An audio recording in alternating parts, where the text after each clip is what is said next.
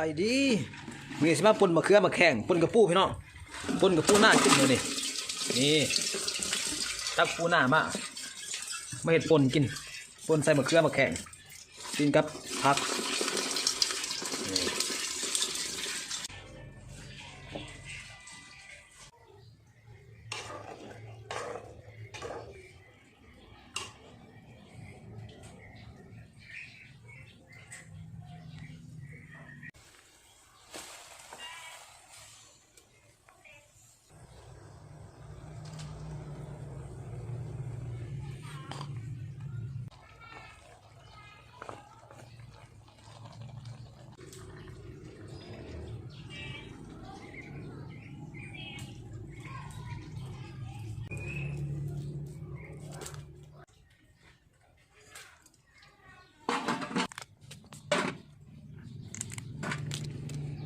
แซ่บหมด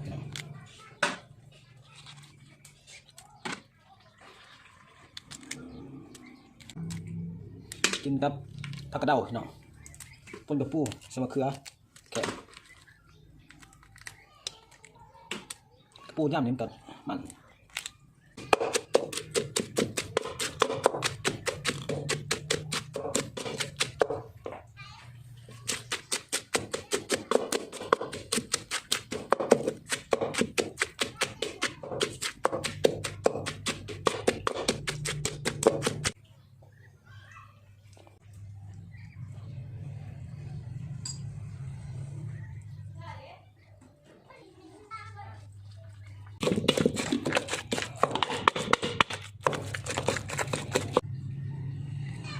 คือน้ำพี่น้องแซ่บ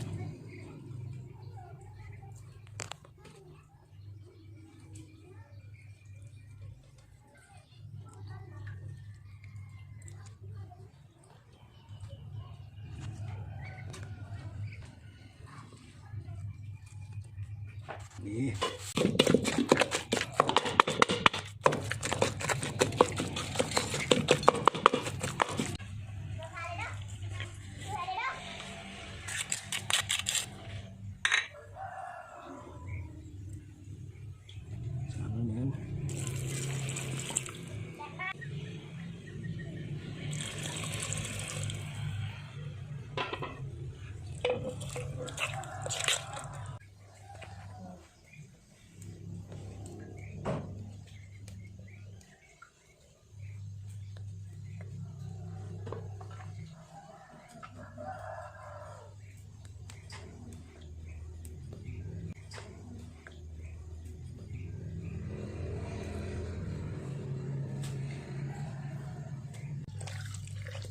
แซ่บโลดพี่น้อง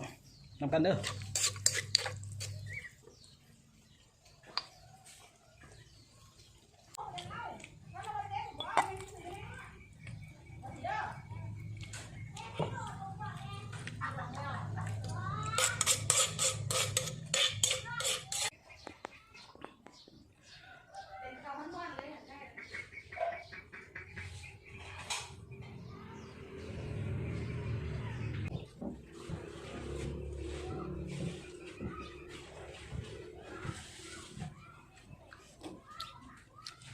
มาเลยพี่น้องปนกระปู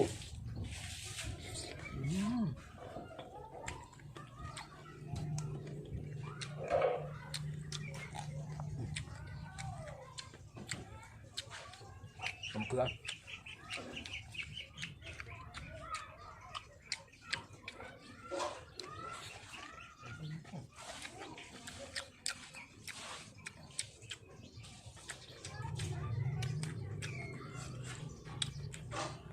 ผักกระเดาคักแล้ว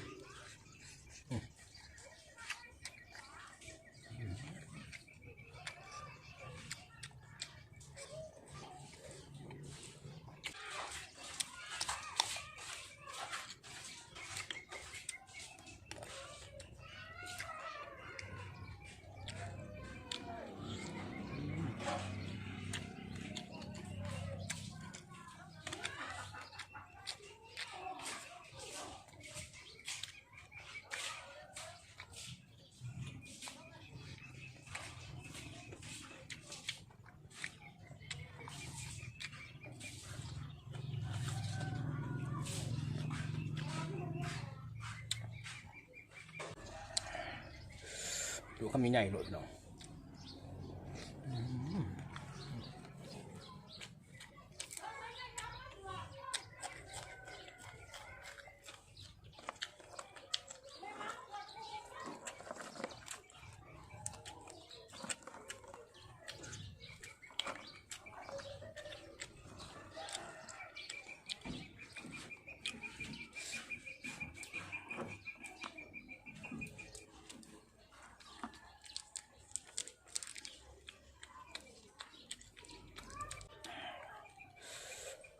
มาเลยกินน้ำกันเด้อ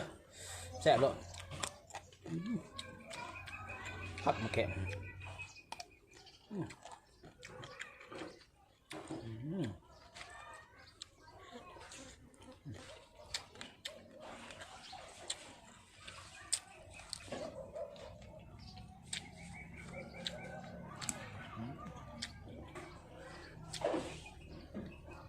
พักกระเด้ากะบุคคลเป็นไรพอดี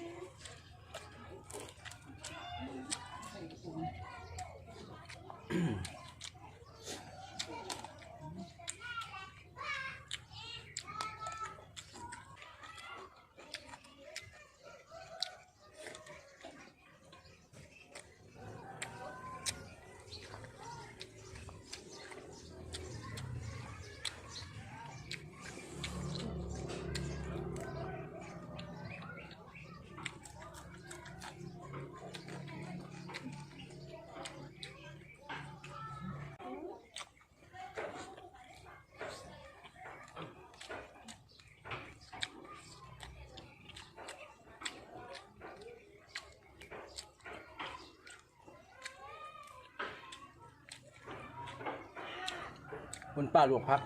นี่เบิดนอนแล้วพี่น้องก้มแซ่บ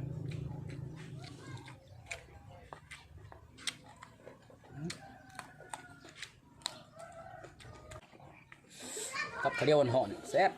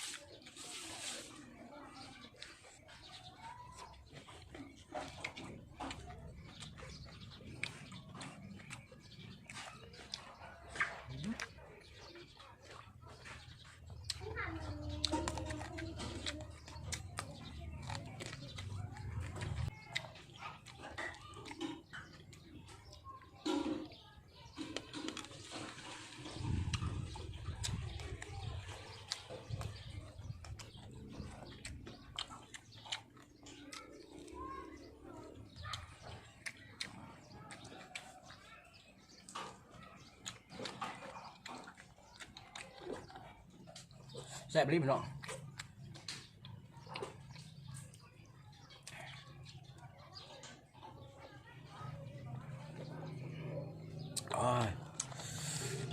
ลืมอิสตันเย็นๆไม่แห้งพี่น้อง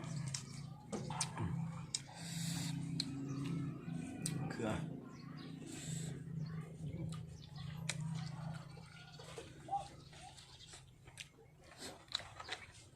ก็จริงเลยพี่น้องเดี๋ยวพี่น้องสิอยากน้ำ